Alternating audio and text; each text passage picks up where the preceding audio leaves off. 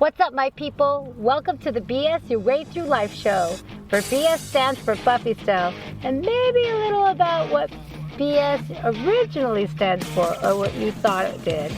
This is where we talk about how to deal with life better. I want to help you figure out how to have a more positive life, full of enthusiasm, how to get your relationships to a healthier place, how to cultivate a chill attitude, get rid of your pettiness, and replace it with positive outlooks. Understand what's really worth getting upset about and what's not. How to find the funny in everything. How to become a better you. My name is Buffy-Style Larson, and I created the slogan, BS Your Way Through Life, with a double meaning. It doesn't just mean doing it the Buffy-style way. It also means doing things your way and not doing things perfect. Just doing your best. Let's get started, my friends. It's time to start BSing your way through life. Let's rock this thing.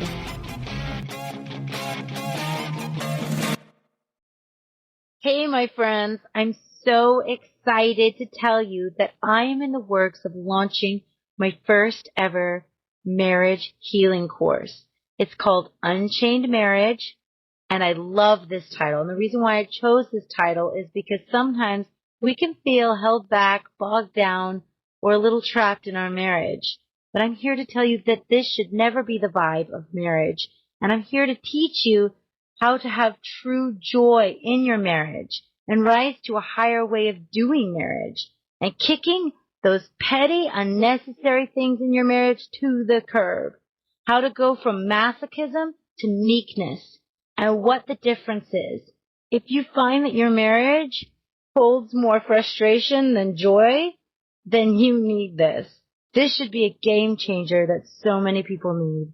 So look forward to the coming months for more info and updates. Let's rock this thing. All right. Welcome to the BS Your Way Through Life show. Thank you so much, everybody, for joining us today. It's exciting because I have the wonderful, the most amazing Susan Robinson joining me on my podcast today. And she also happens to be my mother. Yes, I have my dear mother on my podcast today. Hello, Mom. Hi. You think I'm amazing because I still let you live. You're alive. I didn't kill That's you right. off. It's true. I give you cookies too. Me. Exactly. So my mother, I have her on the podcast today because she is brilliant. She is actually writing her own, and she's almost finished, I think, with her own phonics books.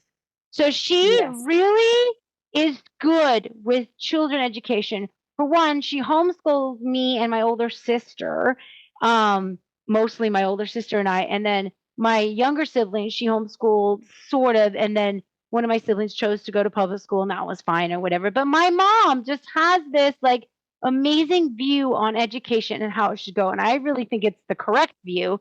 And I know that may sound biased to some people, but no, I'm not joking. I'm serious. So like, for example, my mom, when I decided to, I ended up being in a position where I needed to homeschool my kids because of a policy with the school I just didn't agree with. And anyway, so I'm homeschooling them, and I realized I have no curriculum.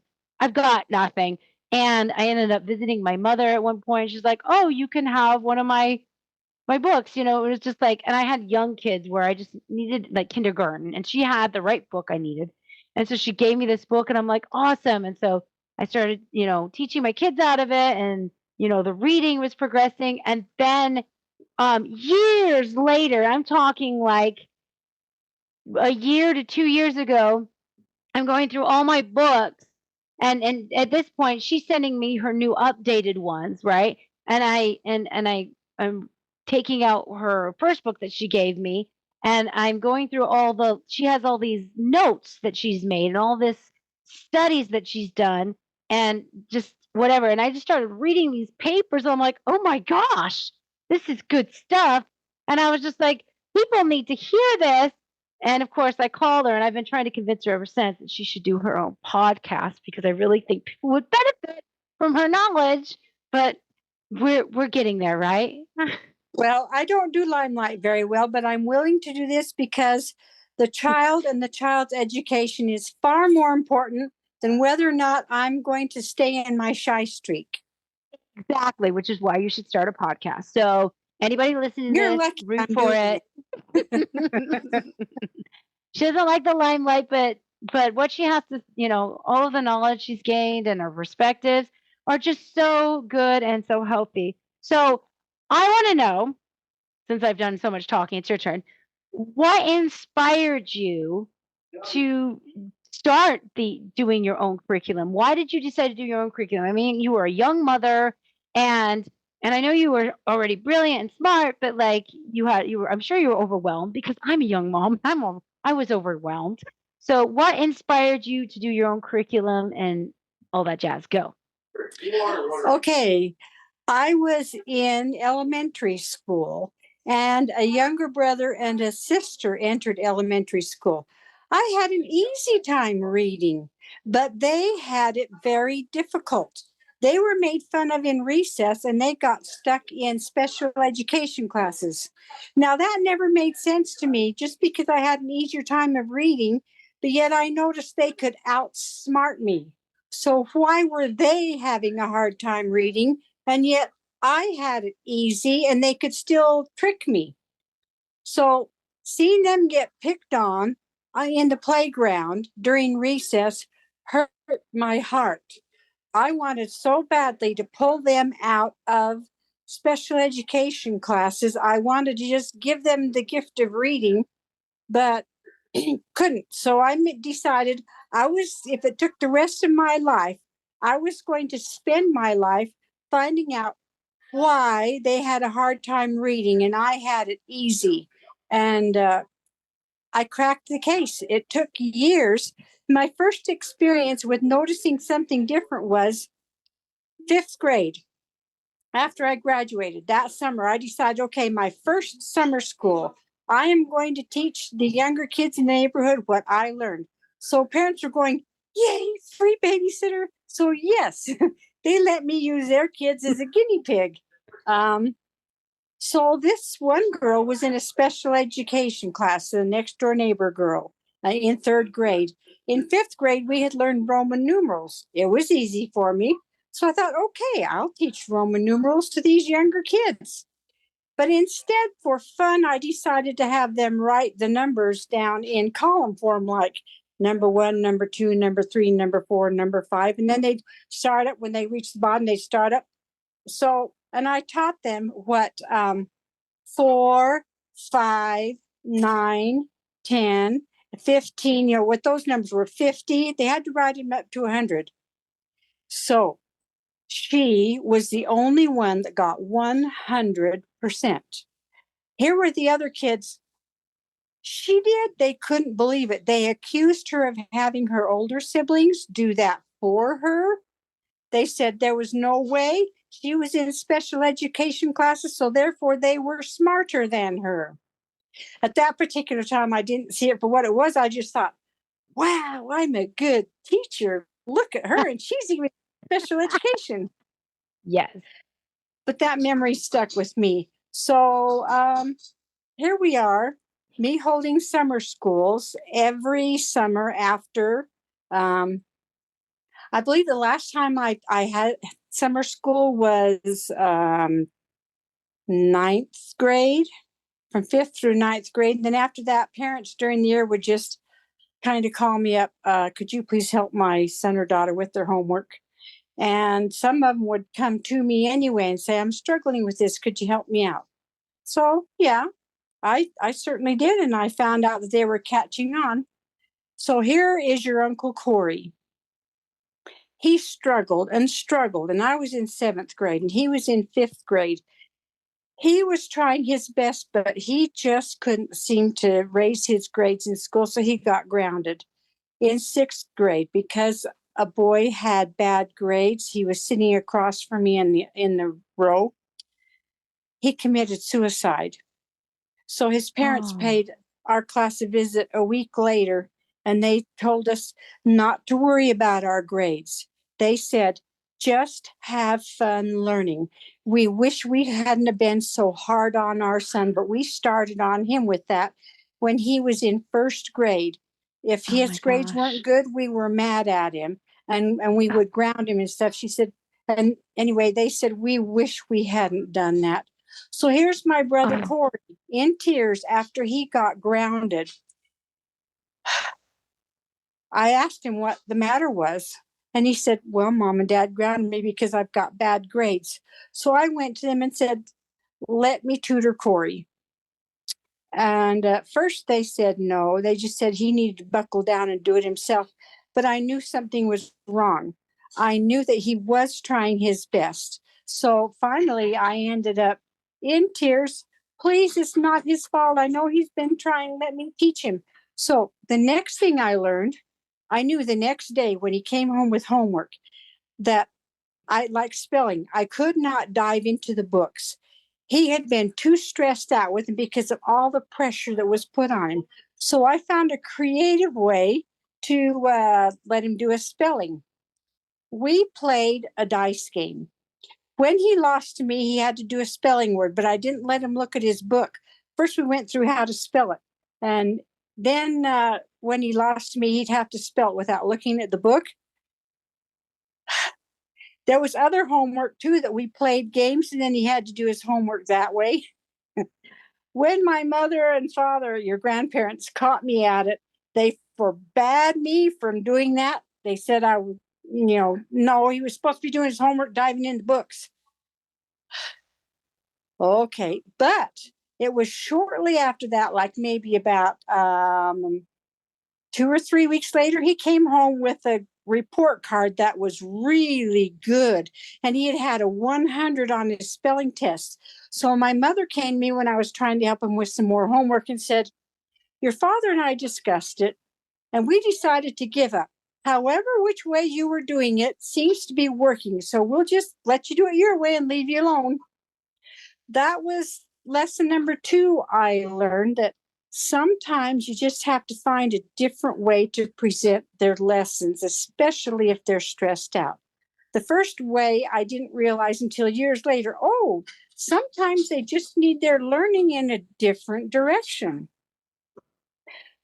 So, yes. And then I later noticed that the bullies were the ones that were having hard times in school. And the only way they could feel like they were worth something is if they were better at being aggressive than other people. I'm the biggest, I'm the boss over you. That's how they got their self-esteem, because they couldn't get it from school and academics. Their learning was wow. just presented the wrong way. Oh, so true. Mom, I have never heard these stories before. And I'm like, oh my gosh, stories are beautiful. I wish I wish I would have known these stories before. And I can testify too, like your method, the way that you do things, the way that you take the pressure off is so good because my own son, Bowen, struggled so hard with reading and like he's always like 2 to 3 grades behind his reading level of where he should be. And me as the mother, of course, I feel the pressure of society and what they're going to think of him. And so I'm just like, especially since he's homeschooled, they're going to judge that because that's what I grew up with, the huge judgmental. Anyway, and so I'm like putting the pressure on him, like, Bowen, got to read. And every time I say, okay, Bowen, time to sit and read, he just burst into tears. And we weren't getting anywhere. And I would sometimes it would be me and him crying together, or he'd finally like be okay sitting down and read with me, but then I'd fall asleep on him because I'm so tired because I've got so much on my plate. And so it's just like crazy. And then finally, I got the inspiration like, have your mother tutor him. I mean, we've got the technology. She lives in a different state, but we have the technology. And so that's when I reached out to you and was just like, Mom, can you help him? Because with our charter school that we currently are with, they were doing special teaching, reading teaching with him, and it wasn't doing anything. He was more frustrated than ever. And he's just like, I don't get it. It wasn't improving. It wasn't helping him improve. He hated it. And it was just like, and I would listen in on the lessons and I'm just like, this isn't working. And so when I reached out to you and I'm like, okay, Mom, here's my situation. And could you tutor Bowen once a week or twice a week, whatever works out? And so I think it was every Tuesday or something, we'd get on and like And the first thing you did for Bowen, as I overheard you say, is just like, Bowen, if you don't feel like reading, then don't read. Take a break. And at first I was like, oh no, don't tell him that. Because I'm like, because I'm in the society pressure mode, where I'm like panicking and I'm like, but he needs to be reading good right now. And you're like, you totally took the pressure off. And then whenever I told him to do something, he'd say, well, grandma said to do this. She said that I get to take a break if I want to. And I'm like, okay. And I said, you know what? I've got to trust my mom. I asked for her help. She's giving the help. So I need to trust the process. So I was like, okay, whatever grandma says, you do that. If I contradict that, you just say, nope, grandma says, and you're off the hook. And I tell you, one morning when I woke up and opened my eyes, all of a sudden I hear somebody reading a very familiar book. It was one of the um, Dr. Seuss books. And I'm like, that sounds like Bowen. And I get out of bed and I go sneak over to his room and he's lying on his bed with his little sister and he's reading a story to her. And he'd never done that before, never even had a desire to do that. I was like, oh my gosh, it's working. She's right. I put way too much pressure on the kid, so much so that I gave him anxiety over reading. Like, and that's the thing that just breaks my heart when you tell that story about like the child committed suicide because there was so much pressure. Like, grades don't matter, the kid matters. It just because the kid struggles with reading doesn't mean he's going to fail in life. It just means that we got to find another way, or he just needs a little extra support. He doesn't need more pressure. That does no good because you're putting your fears on that child and they just feel it and it gives them anxiety. So it needs to stop. And Well, yeah, I and that's must say, that was the second thing I learned was parents need to keep their ego out of the learning yes, sessions. Allow the yes, child to have fun learning. When Jane was in high school taking what was it, a chemistry class? yeah. Something difficult like that, she got D's in it. But she came to me later when she was nearly through with the class for the semester and said, Mom, I'm so glad you don't care what grade I've got. I am terrible at chemistry, but I've really enjoyed what I have learned. That's the whole See, point. that's the whole point of education. You don't need to be. Not every child needs to be a scholar. So the first thing I learned was that they need a different direction for their learning. The second thing I learned was parents need to keep their ego out of it and just let their child enjoy the learning process. Even if they're failing, at least they've learned something from it. And maybe they love what they've learned, like Jane did. And then the third Amen. thing I learned was sometimes you just need to present it to them in a different manner. Like with Corey, I knew he was burnt out with the textbooks and he wanted to cry when we would sit down to open them up. So playing games, and then when he lost to me, so boy did he try to win, but I happen to be a little older and a little smarter. You're a stinker. So he did get his homework done. That's And so good, Mom. so another thing, when Corey and Jean had to do reading for their homework, they said it was hard. So this idea popped in my head. Have them take a bookmark and then just put it under each sentence that they need to read and then read down that way. They thanked me after a few minutes and said, wow, that's easier. You know It what? was, They actually even make tools for that now.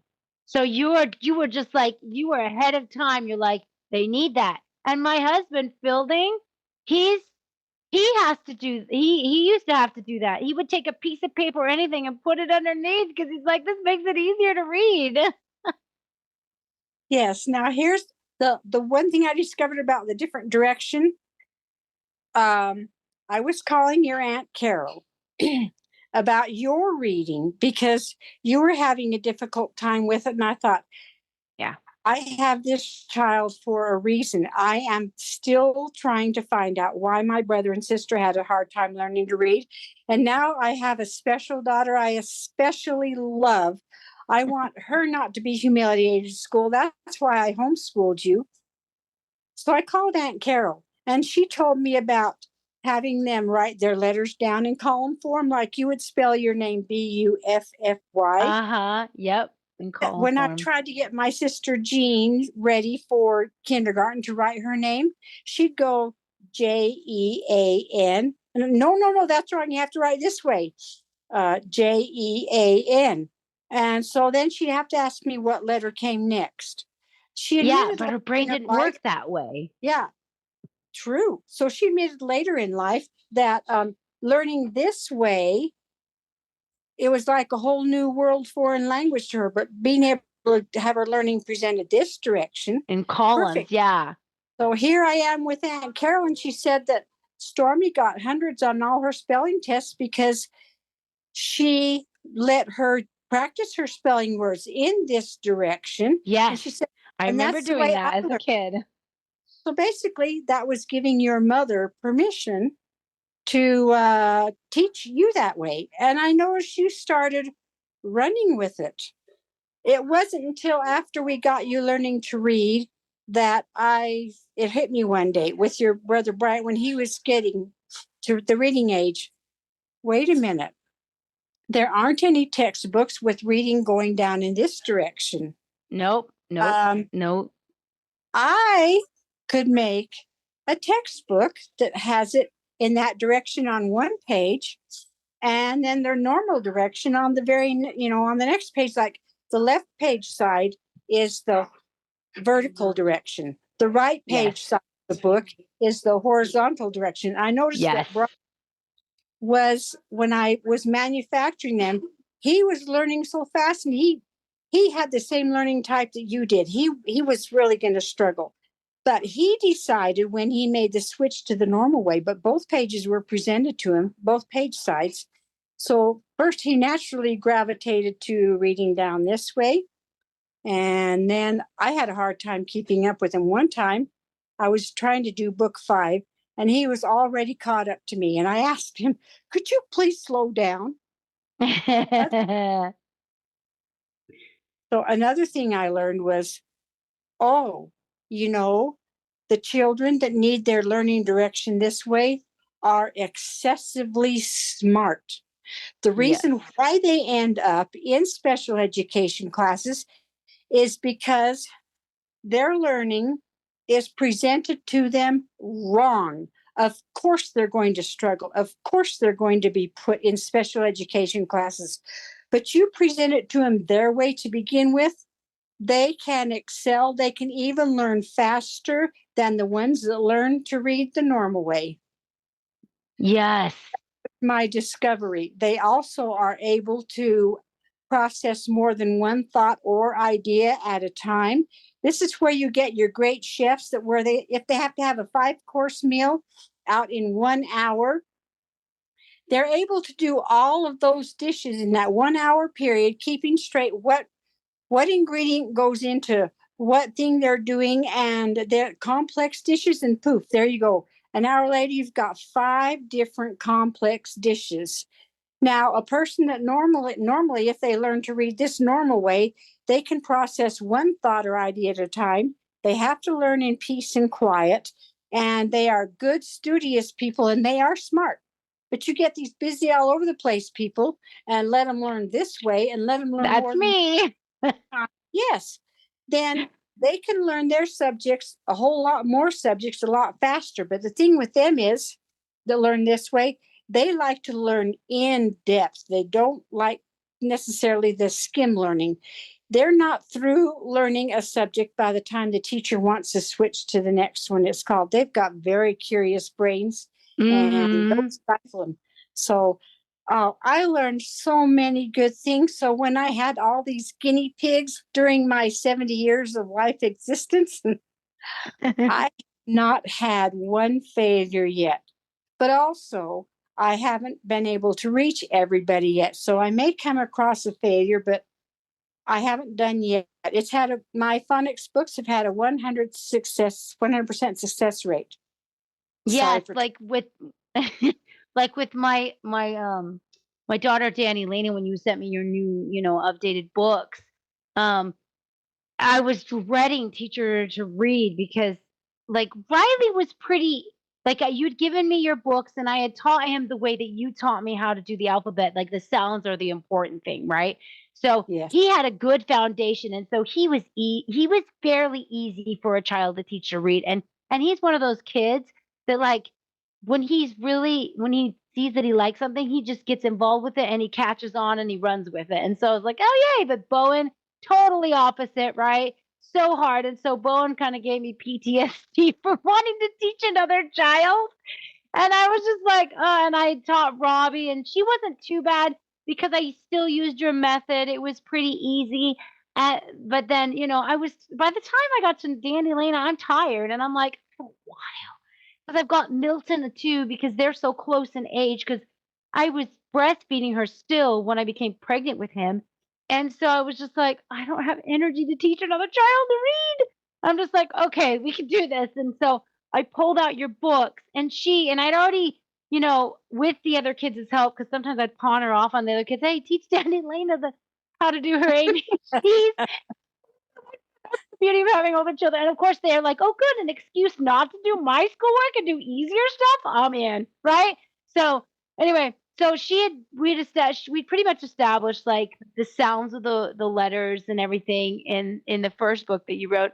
And then I jumped right into I think it's the second one or it's the third, whichever one. Anyway, I was like, let's see how she does with blends, right? And she'd never really read before. And I was just like, threw it at her. But because the way you teach it, because how you teach the sounds of the words, as soon as I threw out those blends at her, she was reading them like she had been doing it for weeks. And I was like, holy crap. And then I'd have her write them and she was doing it. And I was just like, oh my gosh. And then I've like progressed to I'd get out a book. I'm like, she could just start reading words. And I was just like, wow, this is incredible. And I mean, it's like she's one of those children too, to her credit, that she's just like when she's excited about something, she'll really just like do it and everything. But it's just like it was almost like because like before then it was a struggle and it was just like she was frustrated with everything. But as soon as I just pulled out the books and she's like, oh, this is all we have to do, just this little page.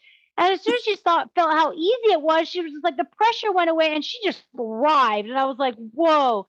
So I just and that's the thing is because like I am so all over the place in my head and I'm such a busy mom and I get tired.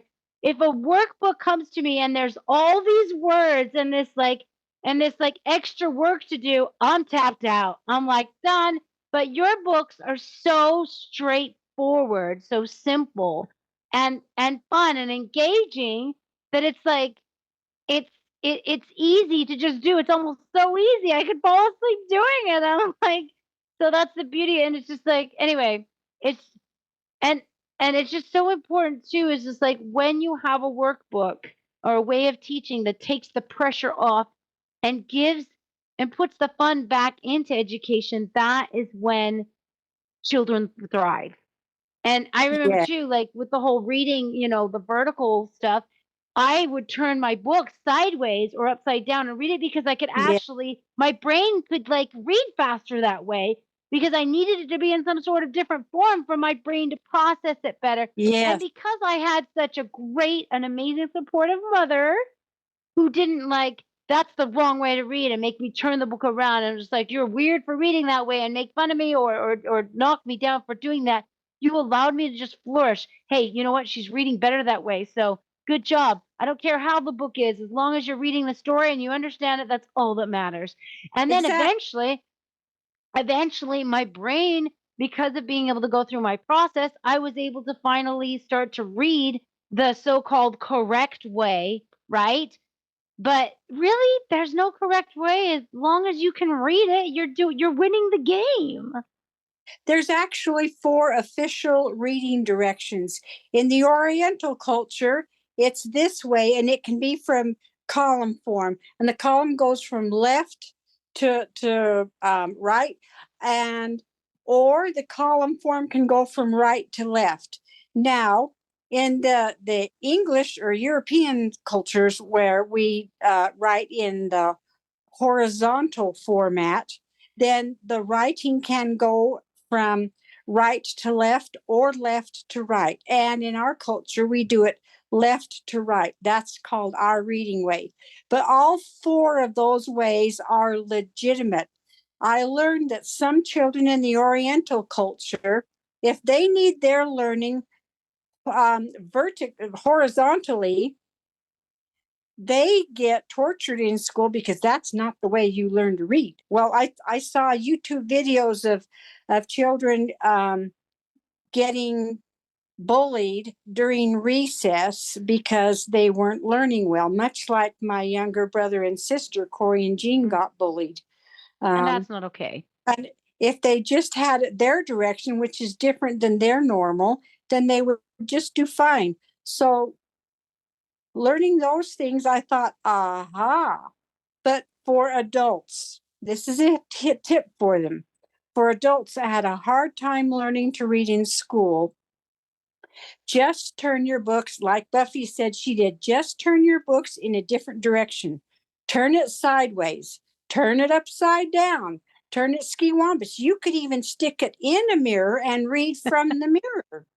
I was Yeah. thrilled after you asked me to teach, to tutor Bowen in reading. I had him write his name first to see where he was at with, his brains. Yes. I Yes. was thrilled when he wrote his name, wrote some of it capital letters, some of it not, and some of it backwards. Yes. I was thrilled. I thought, I'm working with an extra intelligent child here. He Yes. doesn't, he feels stupid just because he can't read, smart. but he does not know how smart he is. So, boy, I Oh my praise him. gosh. I told him, This I am kid so is thrilled so to get smart. you. Yes. So these children that needed the vertical direction, one of the reasons why they are brilliant is because they have a highly developed sense of perception. They learn Yes. letter B Yes. first. Fine, that is letter B. Then they come across D. It's just a different direction B. So they will Yep. call it B. And then when you Yep. tell them, no, you're wrong, and you don't give them any explanation past that, because you don't know that they got this talent for perception, then they Mm-hmm. get confused and they can stare at a word like swim.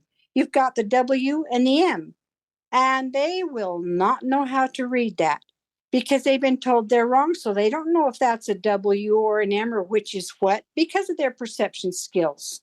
Yep. So if you just explain to them, in this way, whoever invented the alphabet must have run out of ideas for alphabet letter shapes.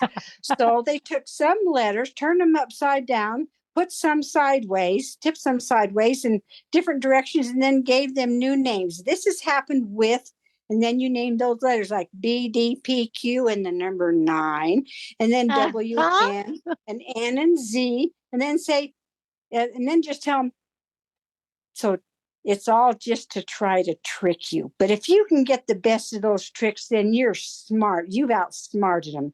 So then that way, it's a challenge.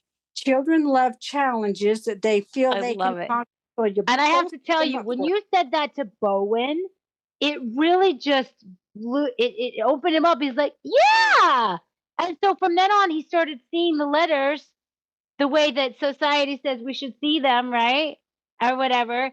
It's just like he started reading better. Like those were just holes in his education he just needed, and you filled them. And it was just like when you described that to him, I was just like, wow, that was really well said.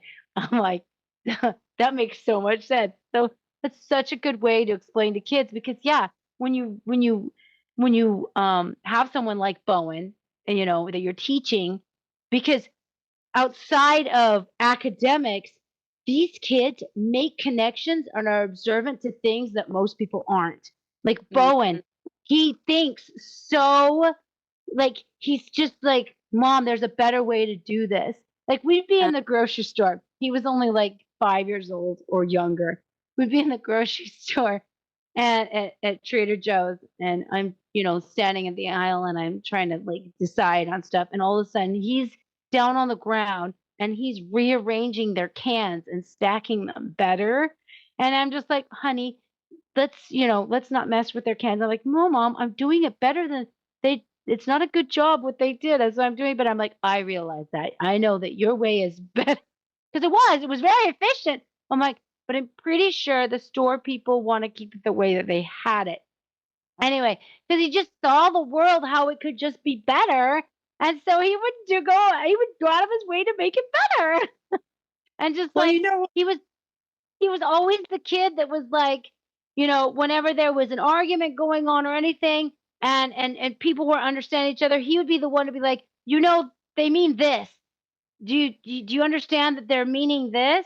And the other person would be like, oh, like he would catch on. He's just like, well, one thing that I when I noticed that he caught on with the alphabet letter shapes in their names or whatever, while he was reading some words to me, and he was reading down this way, I thought I would see. So he was on the word dip. Thought, oh, great opportunity. Was it dip?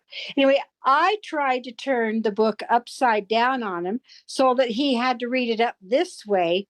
He still got every one of those words right. And so yep, after that, I started twisting, turning his book in different directions. It did not matter. He read those words correctly. And I thought, yes. I have one. Well, of course, I'm a grandma. I'm going to brag, but he was smart, whether he was my grandchild or not. Wow, this is good stuff. These right brain learners that are taught in the wrong direction in public schools and are discouraged, they are sensitive.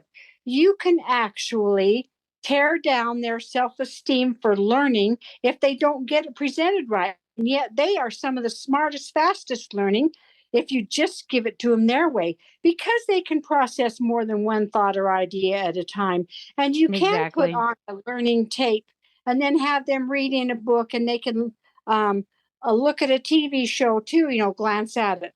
I have a niece, your cousin Hannah. She was able to learn 5 different things at once. She could keep track of 5 different things. So she would be reading in a book and listening to the TV, and she would answer her mom and dad when they were talking to each other because she wanted to get involved in their conversation too. And yet she kept up with what was on the TV and the other things going on. So yes, let them free, let them loose, give it to them their way. You don't have to stick to normal ways.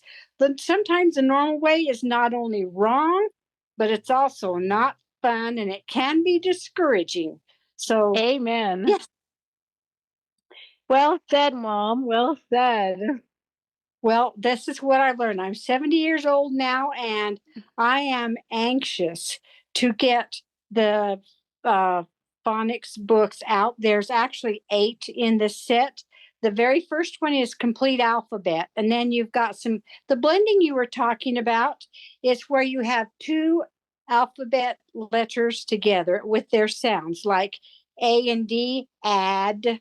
They read those. And what are some more? IT. They Yeah. just look at those 2 and then they read them together. And then once they've got that conquered, then you make it a 3-letter word. And you teach them to sound the letters out in order without breaking them up. Like you don't go b, I, d, bid. You want to go bid and have them read that way. Yes. So that lady that was 40 plus years old, excuse me, guess I'm excited.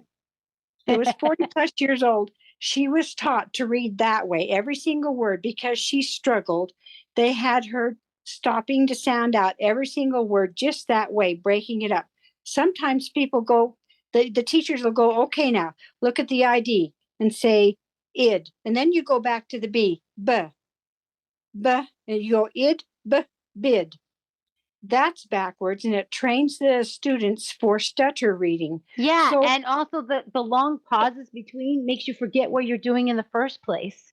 oh, this lady told me by the time she got to the end of the sentence, she did not know what she'd read. So Bowen had that struggle. there is no problems with just teaching them to sound out each letter in their order. And once you're done, if you've done it correctly, just move on to the next word. Like Yeah. bid for instead of bid or for, instead of doing it that way. So there were Yes, there were a lot of things I learned, and with my guinea pigs through the years having a 100% success rate so far, I'm excited to present this to the public. And it's not about me. It isn't. My heart was broken when my younger brother and sister got treated so badly, and they had a hard time learning to read, but yet, like I said, they could outsmart me. My heart got broken every time I saw a child on the playground getting made fun of because they were in special education classes. And then I paid attention through the rest of my school years at how students that weren't learning very well were treated by the teachers and treated by the students. And I saw their self esteem go way downhill. My sixth grade classmate didn't commit suicide for nothing. His parents should have been a better support for him, but they didn't understand how to do it any differently. And And I think a lot they're pushed by society too. Like I think yes, society gives us this like this pressure to like put the pressure on the kids and make sure that they're thriving, and so you feel that, and so you put all that on the kid, and then the kid can't thrive under all that pressure. And especially a lot of kids like me, I don't work well under pressure. I don't. And some kids may thrive under it, but some kids just don't. well, what's wrong with making it fun? Just Exactly. when you have a I child come to you, literally I literally, unless there's like a desk, I don't want to sit at a desk unless there's something fun and colorful about it. If there's a planner, like our cell phones come with a planner on it, right? But mhm. I can't function in that planner. So I found a planner. I went on the app store and found a planner that had colors. I could change the font because if it's not fun, I ain't touching it.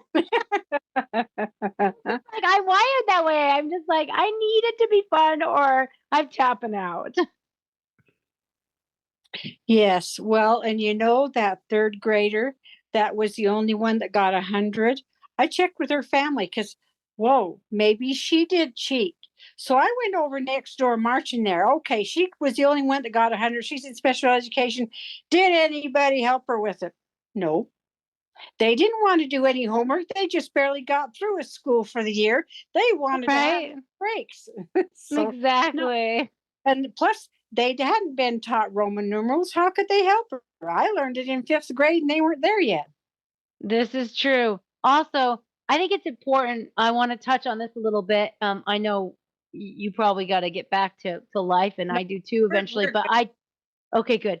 But but I want to, I want to say like a really good point. I want to bring here is like I think as parents and as educators, we have to be so careful not to put where because like I'm sure a lot of kids have felt this way where the parents' love was conditional upon grades or upon Oh, how well they performed in life, and that is they've got to be careful because as a child your brain isn't developed yet, and so you're developing. So when a parent says basically saying your grades aren't good enough, they're saying what the child is hearing is you're not good enough, and therefore my love is restrained from you because your grades aren't good enough. So a lot of children feel that way, and so they spend their lives trying to please their parents, and it goes up into their adulthood and they end up having all this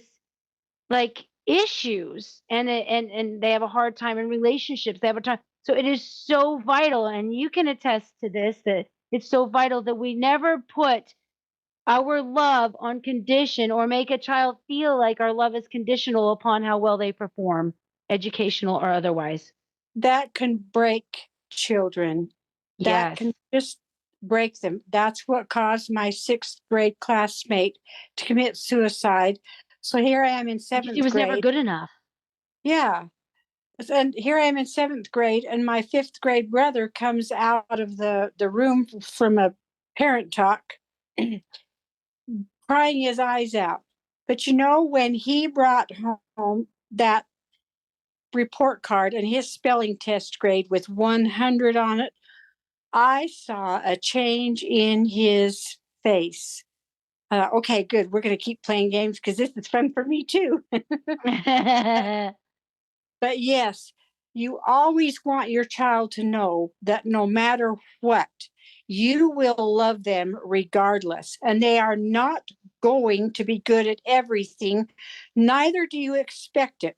But for what they are able to do, you do expect them to try and to give their best, because that will help them feel happier if they can walk away from a job well done or a topic well learned. Oh, Well, and so well said. like And I got to Jane, tell you, yeah, like Jane. Go ahead. like Jane in chemistry. Yeah, she did do her best. She still got a D. I still loved her, and she was grateful I didn't care what her grade was, because she said she was enjoying the chemistry class. She was failing a lot better without the pressure to, okay, I took this class, now I'm obligated to get an A. And she was terrible at it.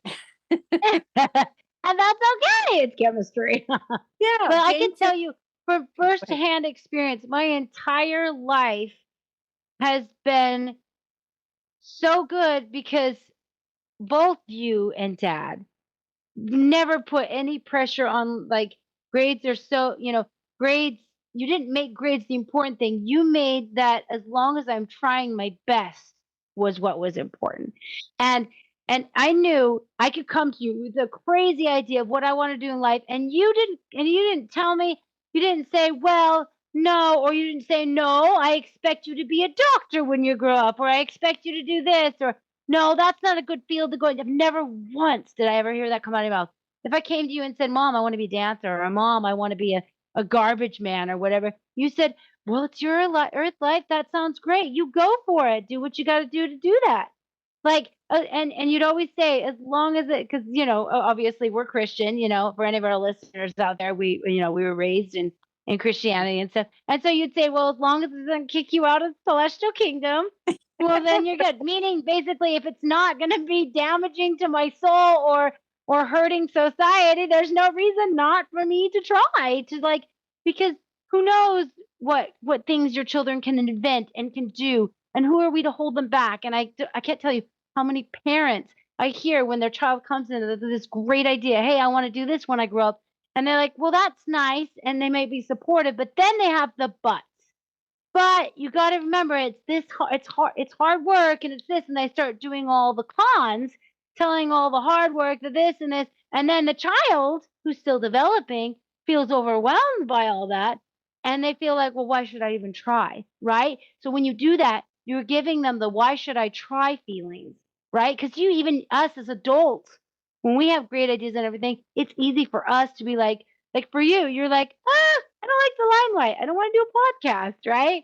So you're yeah, feeling because you're having an issue being seen. You're like, I don't know if I want to be seen like that. You know what I mean? So it's just like you feel discouraged as an adult. And think about a child who's still developing. Like when we put that on them, because we want to keep that childhood like dreamy joy and creativity flowing and everything, but we want to not squash that. And like as humans, we have this habit of like squashing it. So we want to try to avoid doing that, especially as parents. We want to champion our children, especially in their goals and their dreams.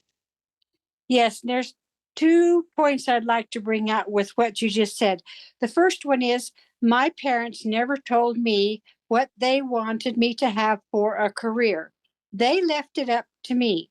So for me to hear about these kids in school that I was going through school with, expecting to become this and that, and they had other dreams separate from their parents' chosen careers for them. If my parents had done that to me, like wanted me to be a doctor, I would have tried to make him happy, but then I would not have discovered how my younger brother and sister were struggling with reading, because I would have spent my time struggling over trying to learn how to be a doctor.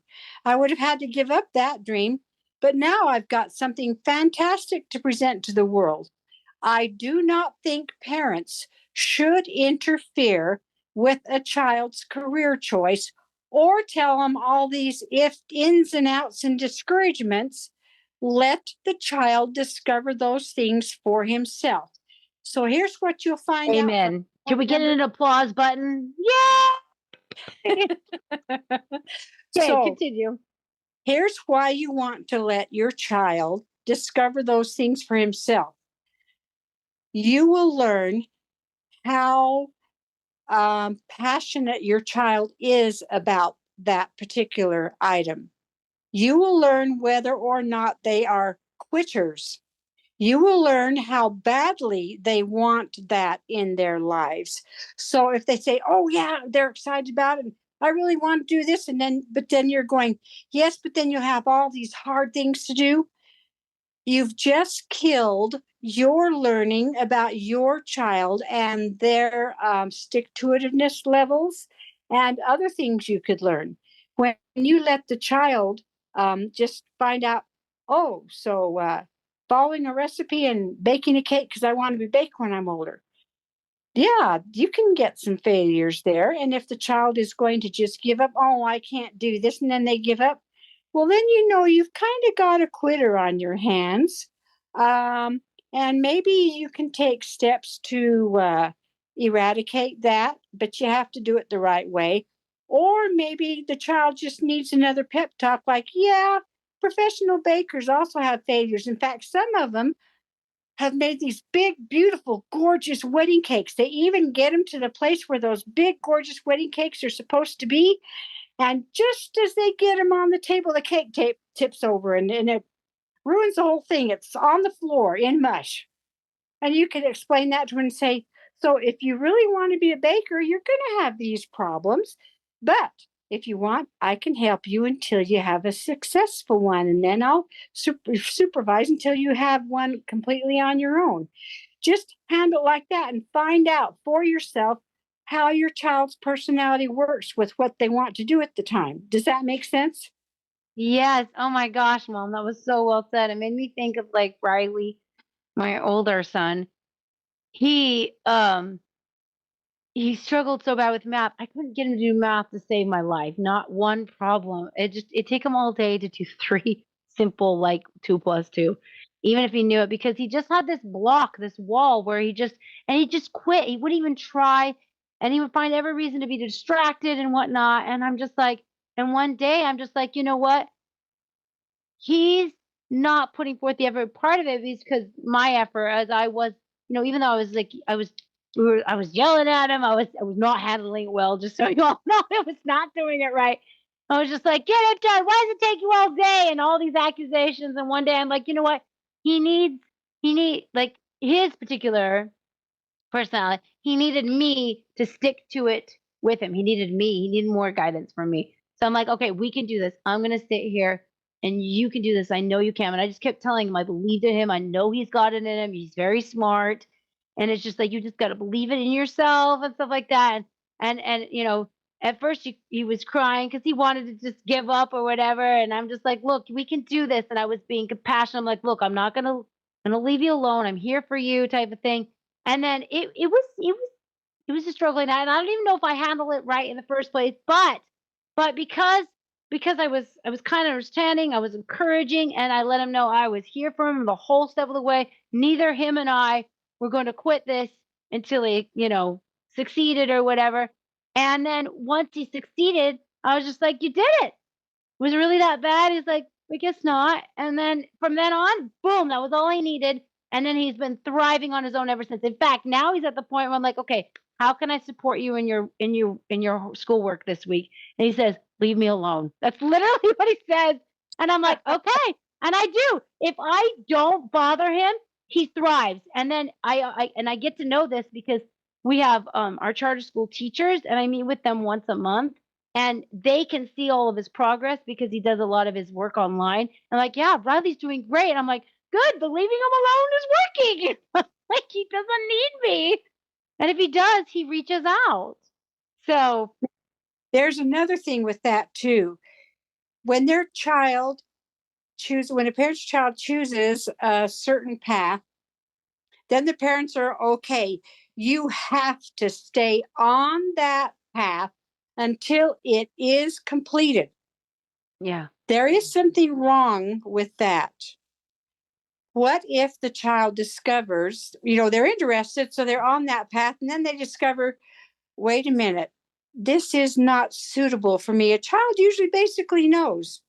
A child has to learn that if they made an incorrect decision, it's okay to drop and switch paths. You have to let them know that it's okay to drop and switch paths, because that way they can improve their lives rather than being stuck in a path that's only going to take them downhill rather than uphill. So, Oh, yes, yeah. the parent has to assess when a child comes up and is really excited. I want to pursue this. Okay, don't be discouraging him. Just encourage them and say, okay, try it out and see how it goes. Now, if the child wants to drop, you take one of two steps. You either encourage them and help them through the process, like you did with Riley, or you allow them to drop and switch to something that they can excel in and build their self-esteem, rather than something that they fail and fail and fail and fail, and they are not going to be successful. They've already discovered it, but the parent is being stubborn. Oh, that was so well said. I like that a lot. Yeah, because there is a difference between like, okay, the child just thought that that was what they wanted. How many times, like Fielding is a good example for this. So he wanted to be a chiropractor. That was his dream and goal. And then he started going to college for chiropractic, and he had to take chemistry. Here we're back to chemistry. He's just like, this sucks. And he's just like, I don't like chemistry. I'm like, he started to rethink whether he really wanted to do chiropractic or not. Now his parents could have been like, no, you're going to stick this out. You're going to be a chiropractor, right? But he started to really feel like this isn't the path he really wanted to go, but he wanted a path still kind of like it. And he happened to he's big on his guitar, right? And there happened to be a open mic night every week at Mueller College, which was a massage school, which was a trade school all about massage. And anyway, he's playing there one day, and one of the students or somebody, I forget what, was saying, yeah, this is, I go here, whatever. And he started chatting, and someone found out that it was a massage school. He's like, maybe I want to try massage. And so he decided to do massage, and he loved it. He's like, this is my path. He's like, this is less money and less time, and it doesn't involve chemistry. And it still is in the same realm of what I want to do. And he found out that massage was really want to do, because honestly, in massage, you end up doing chiropractic work, because while you're massaging, I can't tell you how many times he's loosened up those muscles so much, all of a sudden the spine, he hears it go crack, crack, crack, crack, crack, because the muscles became so loose that the spine was able to go back into place. And he's just like, oh, there we go. A natural chiropractic, move right there, just Uh-huh. through massage. And he's just like, it was his calling, because can't tell you how many people are like, you are gifted. Like, he made people cry after the massage was over. It's like, and they would tell him, he's just like, you are gifted. This was like what I needed. Like, he was able to release emotions from that were held in their muscles and tissues and things like that. And it's just like, and think about it. If his parents would have been so like, no, you're going to stick it out in chiropractic, he wouldn't have found his true calling. So, such a good point is allowing, like, having the wisdom to see, like, okay, the child, this is kind of where they wanted to go, but they realize this isn't where they want to go, and they want to do something else, you know? Well, so with you, you really cared about other people. And yes, you may have had a hard time learning to read in the beginning, but I don't know if I told you this or not, but you had a cousin that was suicidal. He moved from Georgia back into our town where we were at. Yeah. You would pay him a visit. And he told me later, I guess it was a couple of years later, he admitted he had been suicidal. He hadn't done it yet because you showed up at his doorstep nearly every day and had some weird kind of thing to do, activity. And he said, at first I didn't want to, but he had some Southern manners and decided he'd be polite and tell you yes and humor you. And he said, but it got to be really fun. And he said, after a while, I thought, well, hey, this life is kind of fun. I think I'll stick around. And he told me, I love, love, love that cousin. So if I were to have had you pushed in public school where they would taught you to read the normal way, which wouldn't have worked for you. I mean, as it was, No. it did, but it took for you to be a little older before it did. And then you were just reading up a storm. but you would have had your self-esteem lowered so much that you couldn't have thought about anybody else but just yourself and how low down and depressed you were. Yeah, I wouldn't have thrived the way that I was supposed to. Yes. So if parents are very careful, then their children can thrive in the learning environments. Homeschooling is pretty good because then the child can choose what subject to learn when. And panic, I've had parents do on me. But how are you going to let your child, who's this age, choose when they're going to learn what and how much of it? Isn't that the responsibility of the adults? Well, that was the parents being raised in public school the way public school does it. To be successful, you think outside of the box. You let the child know what subjects are available, take them to a library or maybe even a school book store, and let them browse through the different subjects on their age level, and then let them choose the subject or two or three that they want to learn at that time. When it's their choice, they cooperate with it far better. Yes, when And they have a hand in their own education, absolutely. And to the parents who, homeschooling is just not going to work out for them, right? It's not the thing. Like you can still, to the parents who like are public schooling, you can still like be able to, take the pressure off of your child by, if yeah, they're not doing well with their homework or something, it just let them know it's okay. You know what? If you fail this homework, it's not going to be the end of your life or the end of the world. It's okay. The point is you're doing your best, and and I tell my kids all the time when they start stressing over if they start stressing over tests, I'm like, tests. There's no reason to be afraid of tests. It's just to see where you're at so you know what you need to focus on. That's all that testing is. That's literally all. yes, I'm like, and today, my kids had state testing today. And and I told my kids, you don't need to worry, just do your best. It's okay. And if you and they say, Mom, I don't know if I'm gonna do this right or whatever. I'm like, you know what? If you do bad on these tests, it's not gonna matter. The point is that you keep learning and you eventually get there. I'm like, it's okay. If your state testings come back and it didn't come back well for whatever reason, that's okay. It's not the end of the world. And seriously, it's not. The point is they keep trying and learning and growing. But if you're making them feel guilty for it, then that's a problem. Obviously, if you have a child that's not trying at all, then of course you're just like, well, and that's when I put it back in their hands. I'm like, your education is up to you. So if you fail, that's on you if you didn't try. But if you're trying your best, well, you have nothing to feel bad for. Is it my end or your end? absolutely, you are so right. I remember, okay, so I remember asking you kids the times that we let you go, had you in public school. I would ask you when you got home from school that day, did you enjoy learning? And when you'd hand me your report cards, did you enjoy learning? That was more important to me than your grades. And Well said. Yeah. all of you are still loving to learn.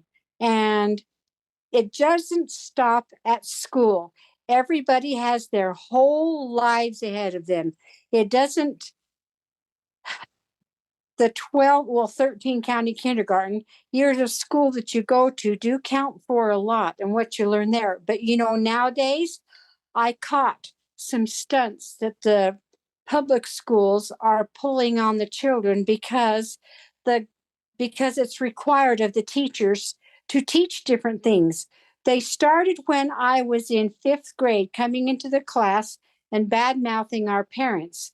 They were saying that yes, we may be in the 5th grade, well, in 6th grade I was in a combined class where high 5th grades were put into 6th grade class. They had to combine one.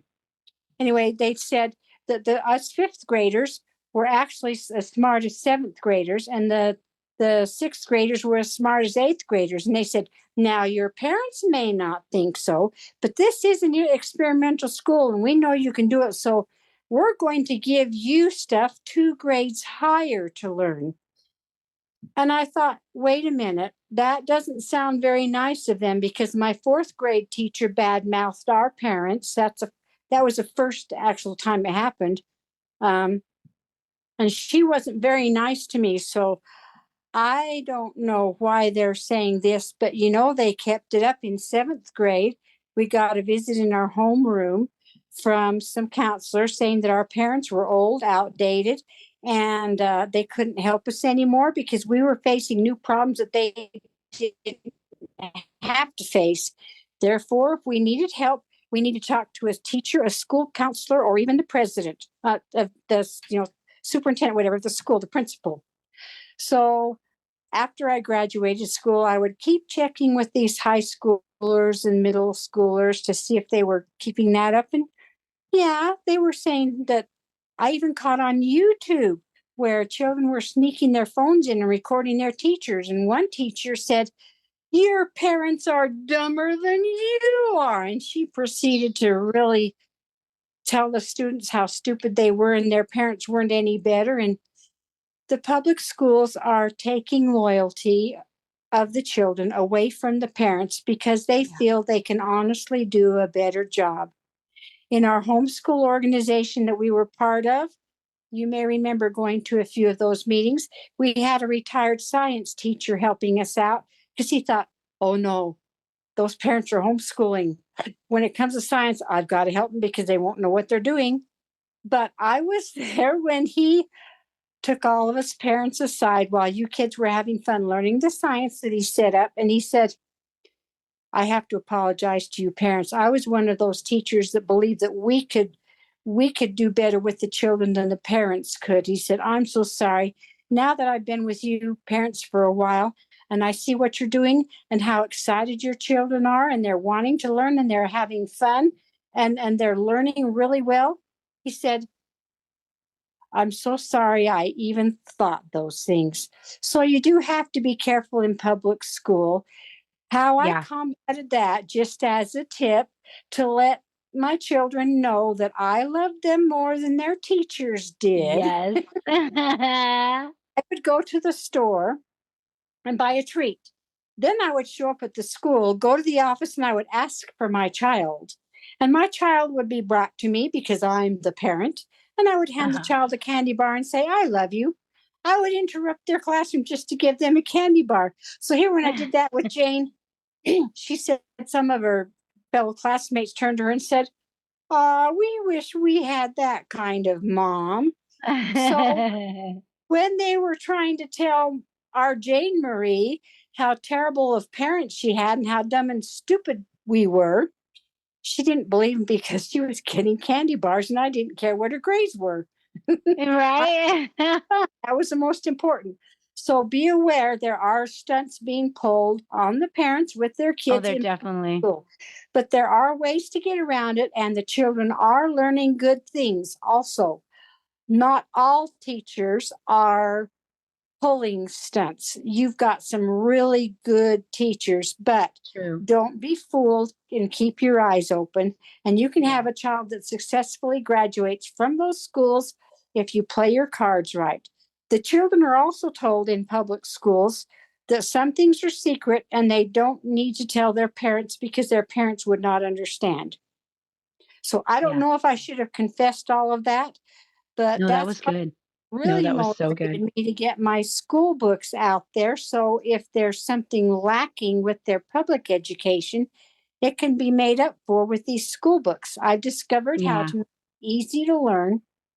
Anyway, I like I said earlier, it's not about me. I just want the child to be successful and have a high self-esteem because it lowers the rates, criminal rates, the It bullies that does. don't know It how to read absolutely well. does. It's It true. actually improves society because their self-esteem is improved and they behave It's so better. true. Yes, they're not in victim mode, they're not in, anxiety and depression, and it's just like they're able to be better for society. So, Yeah, that's important. And on that note of like you were saying, um, you reminded me of a story of just like uh so my kids, this goes to prove that when you let a child like take hold of their education and give them some space and freedom. So my kids, we're with a homeschool charter school. So we're homeschooled, but we're attached to a charter school. So we have like monthly teacher support, and like there's different programs, and they pay for our curriculum and stuff, but all my kids do their learning at home. And anyway, and so but they did go to a program twice a week for it was called Mini Makers. And anyway, and so we went to that program, and they just did so much creativity there. They built, they like all this stuff, like using their hands, and learning how to make slime and all this crazy stuff, mixed in with some, some curriculum and stuff. Anyway, and then they decided to take the kids on a field trip to Legoland. And so in Legoland, when usually a school takes a trip there, there's an activity that they always have the kids do that are doing a field trip. And it's this activity that's 45 minutes, and they're supposed to put together this thing. I don't know what it was. I don't remember. But the people in the program told all the kids, now look, this, we have 45 minutes to do this, but don't feel bad if you don't finish it. Nobody has ever finished it within this, time frame. So it's okay if you don't finish it. It's not a big deal. Every single kid, including my own, finished it in 15 minutes. And then they had all this extra time to play. And they're like, this has never happened before. We don't know what to do with you guys. Like, and it just shows, because the way that I do schooling, and the way that our charter school does it, is allowing the kid to explore the way that they do education. And it's beautiful. And you can still do that with public school. You just have to make sure the school knows you're the parent, you're in charge, and you Yes. can take the pressure off of your kid. Anyway, so we should wrap this up. This is going to be so long, Okay. people aren't going to listen to it, but I love it so much. I just want to keep going. Oh, We should just do go this ahead again, and Mom. flip, and anyway, yeah. Cut it short if you need to, whatever. No, that's all right. But anyway, Mom, this has been so wonderful. Thank you so much. Your stories are so beautiful. I loved hearing about, how you helped Uncle Corey and all these things. Like, I've never heard these before. And I really hope this is really, I'm sure this is going to, resonate with a mother or a parent out there that's like, oh, I needed this message. I know there are so many parents out there that just need this message. And anyway, thank you so much for joining me today, Mom, and getting outside your comfort zone. And I hope you do it more often, because you have so much to share with the world besides just your books. You've got so much inside your head and your heart that needs to come out and talk to people. So we'll have to have you on again. Thank you. Appreciate it. Love you tons. I love you tons, Mom.